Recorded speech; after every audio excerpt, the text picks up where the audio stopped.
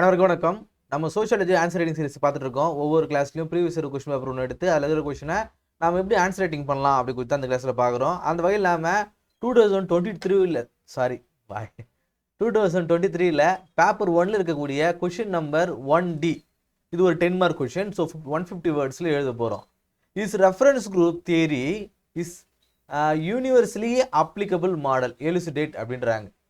Reference group தேரினா என்ன, அது யூனிவர்சலி அப்ளிகபிள் மாடல்னா என்ன, அதாவது ரெஃபரன்ஸ் குரூப் தேரின்னு ஒன்று இருக்குது, அது உலகம் முழுக்க ஒரே மாதிரி அர்த்தத்தை தான் கொடுக்கும், விவரித்து சொல்லு அப்படின்றாங்க.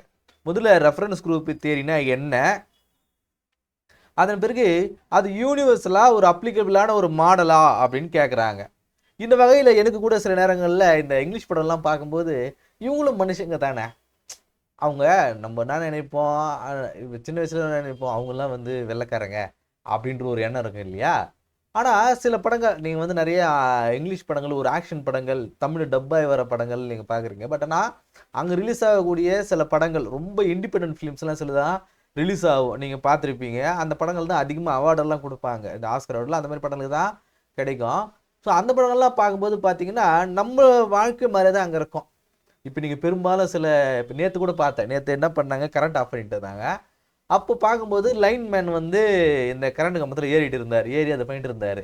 நான் யோசிக்கிறேன், சரி இங்கிலீஷ் படத்தெல்லாம் வெளிநாடுல இந்த கரண்ட் கம்பெல்லாம் இருக்குமா அப்படின்னு யோசிக்கும்போது, இப்போ அவங்கலாம் கரண்ட்டை யூஸ் பண்ண மாட்டாங்களா அப்படின்னு யோசிக்கும்போது, பெரும்பாலும் இந்த ஆங்கில படங்களை நம்ம இந்த எலக்ட்ரிக்கல் போஸ்ட்லாம் பார்த்துருக்கவே மாட்டோம், கரண்ட் கம்பெல்லாம் பார்த்துருக்கவே மாட்டோம்.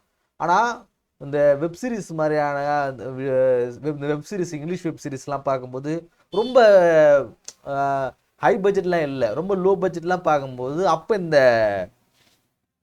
எலக்ட்ரிசிட்டி போல்லாம் காட்டுவாங்க. அப்போ தான் யோசித்தேன், அப்போது ஒரு விஷயம் அவங்க வேற நினச்சிட்டு இருக்கோம், அப்படி கிடையாது, எல்லாரும் மனுஷங்க தான். இங்கே நம்ம என்ன விஷயங்கள் இருக்குதோ அதே தான் அவங்களும் பயன்படுத்துகிறாங்க. நம்ம நினைப்போம், சில பழைய படங்கள்லாம் சொல்லிட்டு இருப்பாங்க, இங்கே தான் காதல்லாம் புனிதமானது, திருமணம் தான் புனிதமானது, அதுக்கு வேல்யூ பண்ணாங்க. அப்படி இல்லை, வெள்ளைக்காரங்களும் அதெல்லாம் ஃபாலோ பண்ணுவாங்க தான். ஒன்று அதை பெரும்பாலான சினிமாக்களில், நம்ம பார்க்குற சினிமாக்களில் அதை காட்டுறது கிடையாது. அதனால் அவங்க அதெல்லாம் ஈஸியாக எடுத்துக்குவாங்கன்னு நினைக்கிறேன். அப்படி கிடையாது. ஸோ இந்த ரெஃபரன்ஸ் குரூப் தேரியும் அப்படிங்கிறது ஒரு குறிப்பிட்ட இனத்துக்கும் ஒரு குறிப்பிட்ட ரீஜனுக்கு மட்டும் சேர்ந்தது கிடையாது.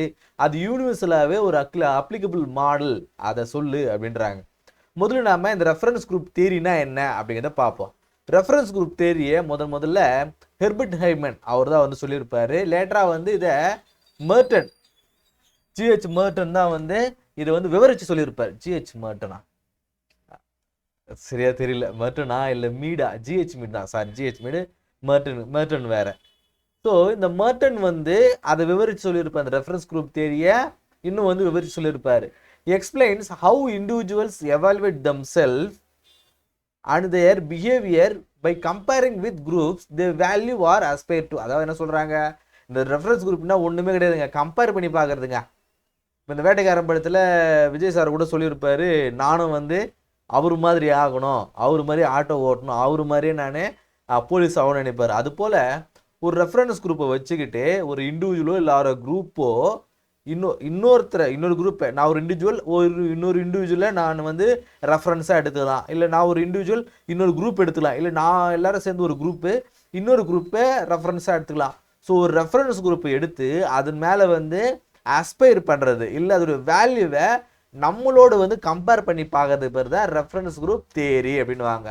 This group act as a standard for norms, attitude and aspiration. அதாவது அவங்க என்னெல்லாம் செய்கிறாங்களோ அவங்க வச்சிருக்கக்கூடிய நார்ம்ஸை, ஆட்டிடியூடை, ஆஸ்பிரேஷன்ஸை நம்ம அப்படியே ஃபாலோ பண்ணுறது. உதாரணம் சொல்லணும்னா 5 இயர் பிளானை சொல்லலாம். 5 இயர் பிளான், எக்கனாமிக்கில் 5 இயர் பிளான் சொல்லியிருப்போம். அது ரஷ்யாவிலேருந்து எடுத்துகிட்டு இருப்போம். அந்த ரஷ்யாவில் என்னென்ன ப்ரொசீஜர்ஸை ஃபாலோ பண்ணாங்களோ அதை நம்ம அப்படியே ஃபாலோ பண்ண ஆரம்பிக்கிறோம். அதே போல் ஃபண்டமெண்டல் ரைட்ஸ் சொல்லலாம், அமெரிக்காவிலேருந்து நம்ம கொண்டு வந்திருக்கோம். ஸோ இப்படி சில விஷயங்களை நம்ம அங்கேருந்து அஸ்பயர் பண்ணி கொண்டு வருவோம். அது என்னென்ன கொண்டு வரும், ஒரு ஸ்டாண்டர்டான நார்ம்ஸ் இருக்கும், ஆட்டிடியூட் இருக்கும், ஆஸ்பிரேஷன்ஸ் இருக்கும். இதில் தான் ரெஃபரன்ஸ் குரூப் தெரியுவாங்க. While the theory is useful in understanding socialisation, motivation and status comparison, it is not universally applicable அதான்றாங்க. கரெக்டா? ஸோ என்ன சொல்கிறாங்க, இந்த ரெஃபரன்ஸ் குரூப் தியரி மூலமாக சோஷியலைசேஷன் ஆனதை நம்ம அண்டர்ஸ்டாண்ட் பண்ணிக்கணும். அந்த குரூப் ஆனது அந்த குரூப்பில் இருக்கக்கூடிய அந்த சோஷியலைசேஷனை நம்ம அண்டர்ஸ்டாண்ட் பண்ணிக்க முடியும். அவங்களுடைய மோட்டிவேஷன் என்ன நம்ம தெரிஞ்சுக்க முடியும்.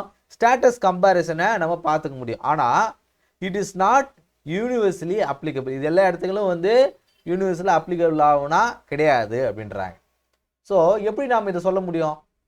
இப்போது என்னுடைய மோட்டிவேட் என்ன அப்படிங்கிறது, நான் யார் ஆஸ்பிரேஷனாக பண்ணுறதுனா, நான் ஒரு நல்லவனை ஆஸ்பிரேஷன் எடுத்துனா நான் என்னுடைய மோட்டிவ்ன்றதுக்கு ஒரு பெரிய ஆள் ஆகணும் அப்படிங்கிறது, இல்லை ஒரு திருடனை ஒரு கெட்டவனை நான் எடுக்கணும் அப்படின்னா ஸோ என்னுடைய மோட்டிவ் என்னங்கிறத அதை தெரிஞ்சுக்க முடியும். ஸோ இதுக்கெல்லாமே இந்த ரெஃபரன்ஸ் குரூப் தியரின்றது யூஸ்ஃபுல் ஆகுது. First, people may simultaneously belong to multiple groups creating conflict standards. அதாவது சைமல்டேனியஸாக சில குரூப்ஸில் வந்து அவங்க பிலாங் ஆகிட்டே இருப்பாங்க, கிரியேட்டிங் கான்ஃப்ளிக்டிங் ஸ்டாண்டர்ட்ஸ். செகண்ட், ஏன் இது வந்து யூனிவர்சலி அப்ளிகபிள் இல்லை அப்படின்னு சொல்கிறாங்க, அதுக்கான ரிசர்ச் தான் இங்கே சொல்கிறாங்க. இது வந்து என்னன்றாங்க, ரெஃபரன்ஸ் குரூப்ன்றது ஒரு யூனிவர்சலி அப்ளிகபிள் மாடலான்னு கேட்குறாங்க. நாம் இல்லைன்னு சொல்லிட்டோம், சரியா? யூனிவர்சல் இந்த ரெஃபரன்ஸ் குரூப் தெரியுனா என்னன்னு சொல்லிட்டோம். ஆனால் இது யூனிவர்சலி அப்ளிகபிள் ஆகலை கிடையாதுன்னு சொல்லிட்டோம். ஸோ அது ஏன்ற காரணத்தை கீழே சொல்கிறோம். ஃபர்ஸ்ட் என்ன சொல்கிறாங்க, people may simultaneously belong to multiple group. Multiple குரூப்பில் அவங்க சைமல்டேனியஸாக சேர்ந்துட்டே இருப்பாங்க, ஒரு குறிப்பிட்ட குரூப்லாம் கிடையாது. கிரியேட்டிங் கான்ஃப்ளிக்டிங் ஸ்டாண்டர்ட்ஸ், ஒரு கான்ஃப்ளிக்டை உருவாக்கிட்டே இருக்கும். Second, in a highly traditional or collectivity society behaviour is shaped more by fixed institution. ஒரு ட்ரெடிஷ்னலான சொசைட்டியில் அது என்ன ஆகும், அவங்களோட பிஹேவியர் ஆனது சேஞ்ச் ஆகிட்டே இருக்கும். தென் choose and reference group limiting the theory explanation power.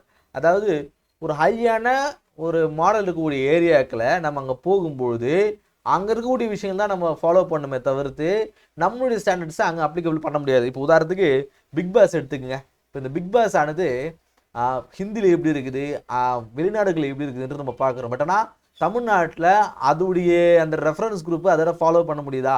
இந்த ரெஃபரன்ஸ் குரூப் தியரிக்கு ஒரு பெஸ்ட் எக்ஸாம்பிள்லாம் பிக் பாஸ் நீங்கள் கோட் பண்ணலாம், கரெக்டாக கோட் பண்ணலாம். இப்போ இந்த சின்ன விஷயங்களில் எவ்வளோ போராட்டம்லாம் நடந்துச்சு கடந்த வாரம் அப்படிங்கிறத நம்ம பார்த்துருப்போம். ஏன் இதை விட மோசமாலாம் ஹிந்தி பிக் பாஸ்லையும் மலையாள பிக் பாஸ்லையும் நடக்குது. ஆனால் தமிழ் பிக் பாஸில் அது நடக்க முடியுதா?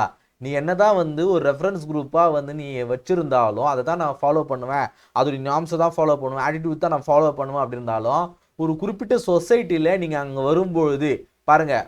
Second, highly traditional and collectivity சொசைட்டியில், தமிழ்நாடு மாதிரியான ஒரு ஹைலி ட்ரெடிஷ்னல் ஒரு கலெக்டிவிஸ்ட் சொசைட்டியில் நீங்கள் நினச்ச அந்த விஷயத்தை நீங்கள் ஃபாலோ பண்ண முடியாது. Behaviour shaped by more by fixed institution. இங்கே இருக்கக்கூடிய சில இன்ஸ்டிடியூஷன் என்ன ஆகுது, அதை வந்து லிமிட் பண்ணுதுன்றாங்க. Third, marginalised groups may internalise dominant values due to power imbalance which the theory does not fully capture. So என்ன சொல்கிறாங்க, அதே தான். இப்போது ஒரு நார்த் இந்தியாவிலேருந்து யாரோ ஒரு பீப்புள் வந்து ஒரு மைக்ரேட் ஆகி இங்கே வராங்க, அவங்களுடைய விஷயங்களே இங்கே ஃபாலோ பண்ண முடியுமா? முடியாது இல்லையா? ஆனால் இங்கே நடந்துட்டு தான் இருக்குது, அது நம்ம எதுவும் சொல்ல முடியாது. ஸோ இருந்தாலும் அந்த டாமினேட்டிங் பவர் அப்படிங்கிறது இங்கே இருக்க தான் செய்யுது. ஆனால் இதே வந்து சில அவங்களுடைய பண்டிகைகளை கொண்டாடலாமே தவிர்த்து, பட் ஆனால் அவங்களுடைய ட்ரெடிஷனில் ஃபுல்லாக இங்கே கன்வெர்ட் பண்ண முடியுமான்னு கேட்டிங்கன்னா முடியாது. ஆனால் இப்போ கொஞ்சம் நடந்துட்டு இருக்குது. ஸோ சொல்லலாம் இந்த மாதிரி வந்து இது வந்து ஸ்ட்ரைக் ஆகும். இதே தான் மேலேயே சொல்கிறாங்க. மேலே சொல்கிறது ஒரு கான்ஃப்ளிக்டிங் ஸ்டாண்டர்ட்ஸையும் அது வந்து கிரியேட் பண்ணுறாங்க. Finally digital media creates fluid temporary groups that differ from certain stable structure. இந்த டிஜிட்டல் மீடியாவை என்ன பண்ணுது, ஒரு ஸ்டாண்டர்டாக இருக்கிறத சேஞ்ச் பண்ணிகிட்டே இருக்குது அப்படின்றாங்க. Thus also reference group theory offers valuable insight. It cannot explain all forms of social behavior across context. So இது மூலமாக என்ன சொல்ல வரோம், ரெஃபரன்ஸ் குரூப் தியரி அப்படிங்கிறது யூனிவர்சலான அக்செப்டபிள் மாடல் கிடையாது. ரெஃபரன்ஸ் குரூப் தியரினா என்ன, ஒரு இண்டிவிஜுவலோ ஆரோ குரூப்போ இன்னொரு குரூப்பையோ இல்லை ஒரு இண்டிவிஜுவல் பர்சனையோ ரெஃபரன்ஸாக எடுத்து அவங்களுடைய நார்ம்ஸ் ஆட்டிடியூடையும் பிஹேவியரையும் வந்து ஃபாலோ பண்ணுறதுக்கு பேர் தான் ரெஃபரன்ஸ் குரூப் தியரி. இதை சொன்னவர் யார், ஹெர்பர்ட் ஹேமனோ. அது பிறகு வந்து மேர்டனும் வந்து சொல்லியிருக்காங்க, இது which is not universally applicable model. காரணம் என்ன, ஒரு கான்ஃப்ளிக்டிங் ஸ்டாண்டர்ட்ஸ் வந்து உருவாகும். அதே போல் ஹைலி ட்ரெடிஷனல் அண்ட் கலெக்டிவிட்டி சொசைட்டியில் அதை அப்ளிகபிள் பண்ண முடியாது. ஒரு மைனாரிட்டியால் இந்த பவர் இம்பேலன்ஸின் காரணமாக அதை ஃபாலோ பண்ண முடியாது அப்படின்னு சொல்கிறாங்க. ஸோ இதுதான் நாம் இந்த ரெஃபரன்ஸ் குரூப் தியரினா என்ன, அது யூனிவர்சலி அப்ளிகபிள் மாடலா அப்படிங்கிறத கேட்டிருக்காங்க, நாம் எக்ஸ்பிளைன் பண்ணிவிட்டோம். நீங்கள் என்ன பண்ணுறீங்க, இந்த ரெஃபரன்ஸ் குரூப் தியரி அப்படிங்கிறத புத்தகத்தை எடுத்து ஒரு வாட்டி படிங்க. படித்து பார்த்துட்டு உங்களுடைய ஓன் ரைட்டிங்கில் நீங்கள் என்ன பண்ணுங்கள், எழுத ஆரம்பிப்பேன். நான் சொன்னதுலேயும் ஓரளவுக்கு புரிஞ்சிருக்கும் உங்களுக்கு. அதே போல் புத்தகத்துலேயும் படித்து இன்னும் ஒரு நல்ல டெப்த்தான ஒரு நாலேஜோட இந்த கொஷனுக்கான ஆன்சரை எழுதி பாருங்கள். இதுதான் இன்னைக்கான உங்களுடைய டாஸ்க். இந்த பிக் பாஸ்னால அப்படி டாஸ்க் இருந்துச்சு.